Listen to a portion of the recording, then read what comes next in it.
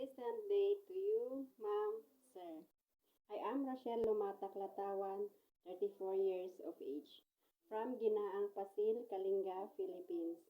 I am married and have 4 children, ages 13, 11, 10, and my youngest is 8 years old. I am a hardworking person, a trustworthy person, and have a long patience. I started my contract here in the Philippines April 7, 2017 and finished December 2023.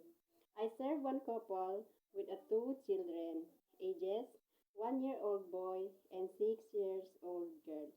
My duties are cooking, washing, cleaning, ironing, and taking care of the children. Mom, sir, please give me a chance to work with your family as a domestic. As a nanny, I promise to give my very best to do my duties and responsibilities. Thank you and God bless.